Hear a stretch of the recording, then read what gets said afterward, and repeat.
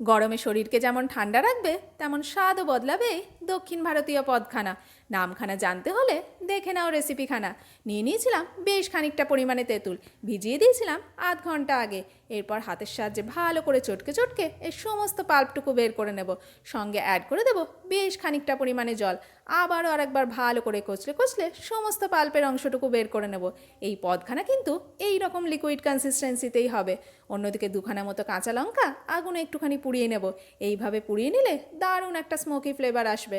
সঙ্গে দিয়ে দিলাম একখানা মাপের বড় পেঁয়াজ ফাইনলি চপড করে, দিয়ে দিলাম ধনে পাতা কুচিও।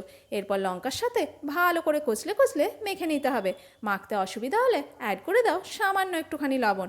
এরপর এর মধ্যে অ্যাড করে দিচ্ছি আমাদের তেঁতুলের সেই পাতলা গোলা জলটা, দিয়ে দিয়েছিলাম স্ট্রেনারের মধ্যে। সঙ্গে দিয়ে দেবো আন্দাজ মতো লবণ, আর মিষ্টির জন্য অ্যাড করব সামান্য একটুখানি গুড়। তবে মিষ্টিটা এমনভাবেই অ্যাড করো যাতে টকটাকে ব্যালেন্স করে, নাকি চাটনি হয়ে যায়। এরপর ততক্ষণ অবধি নাড়াচাড়া করব যতক্ষণ না অবধি গুড়টা ভালোভাবে ডিজলভ হয়ে যায়। এরপর এর মধ্যে লাগাবো একখানা স্পেশাল তারকা।